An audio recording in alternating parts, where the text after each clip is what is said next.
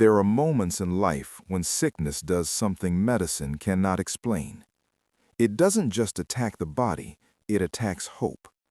You pray, you fast, you believe, yet the pain lingers, the diagnosis remains, the weakness refuses to leave. And slowly, a dangerous question forms in your heart. Has God forgotten me? But listen carefully. There is a psalm in the Bible that was never meant to be rushed, a psalm many people read but few activate, a psalm that does not shout, it whispers, and yet wherever it is understood, healing follows. This psalm was spoken in sick rooms long before hospitals existed. It was recited by believers who had nothing left but faith, and today it still carries the same power, because God's word does not expire. If you're listening while battling sickness, if you are tired of hearing "just manage it," if you have been strong for too long, then stay with me, because what you are about to hear is not just a message, it is a revelation hidden in Scripture. Many people believe God can heal, but very few believe healing is present, not postponed. We've been taught to push healing into the future, maybe one day, maybe after death, maybe in heaven. But the Bible does not speak that way. The Word of God reveals something deeper. Healing is not only an event, it is a position, and that position is revealed clearly in the Psalms. Why some healings seem delayed? Let me speak honestly. One of the greatest battles sickness creates is not pain, it is weariness. Weariness of praying, weariness of hoping, weariness of explaining your condition to people who don't understand. And when weariness enters, faith becomes quiet. But Scripture teaches us something powerful. God often hides His greatest strength in stillness. Healing does not always come like thunder. Sometimes it comes like rest. And that is why this psalm matters. The psalm that changes everything. Psalm 23. Yes, the psalm you think you already know. But listen again, not with familiarity. Listen with hunger. The Lord is my shepherd, I shall not want.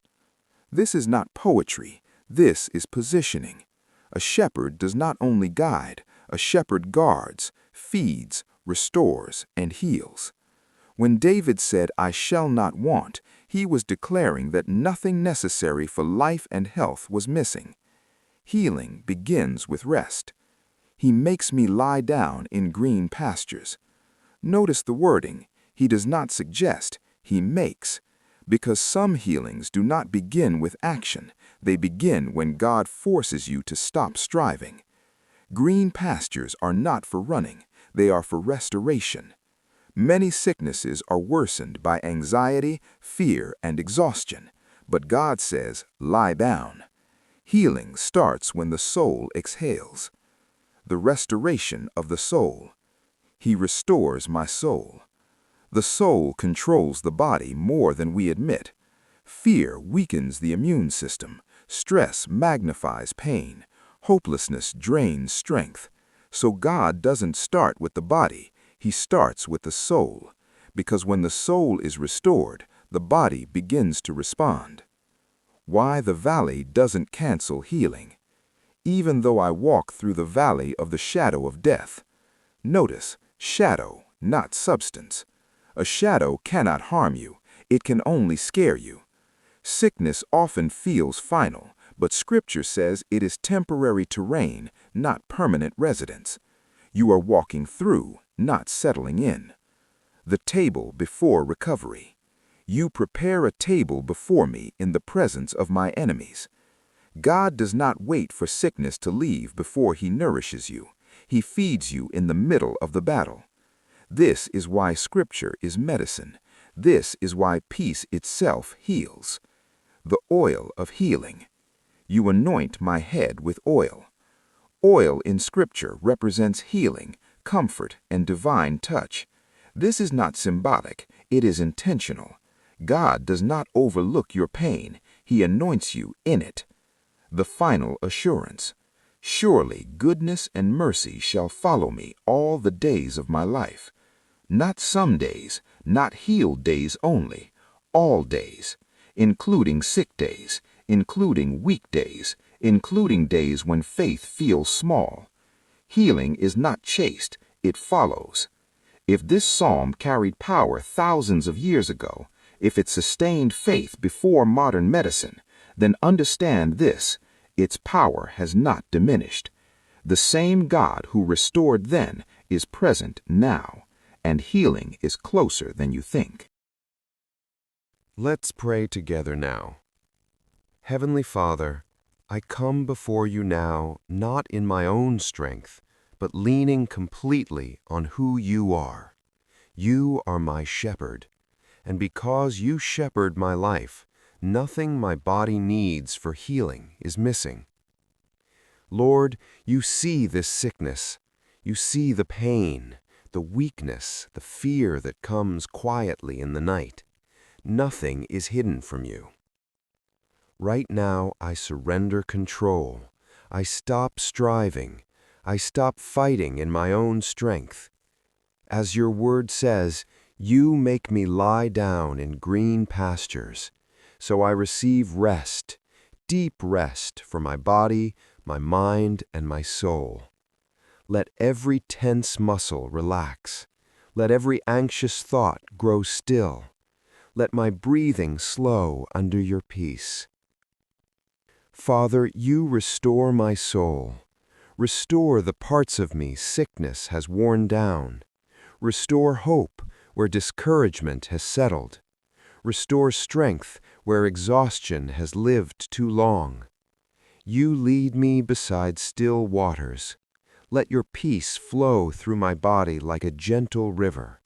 Where there has been inflammation, bring calm. Where there has been pain, bring relief. Where there has been confusion, bring clarity. Even though I walk through the valley of the shadow of death, I will not fear. This sickness is a shadow, not my future. It is a season, not my sentence. You are with me. Your rod and your staff comfort me. Correct what is out of alignment in my body. Guide my organs, my blood, my nerves, my cells back into divine order. You prepare a table before me in the presence of this sickness, so even now I receive nourishment, strength, and life. I receive healing while the challenge still exists. I receive peace before the symptoms fully leave. You anoint my head with oil. Let your healing oil flow from the crown of my head to the soles of my feet. Touch every place doctors have named. Touch every place medicine has not reached. Let your divine touch bring restoration where human hands cannot. My cup runs over. Let life overflow where weakness once lived. Let strength overflow where pain once ruled. Let faith overflow where fear once whispered. Surely goodness and mercy shall follow me all the days of my life.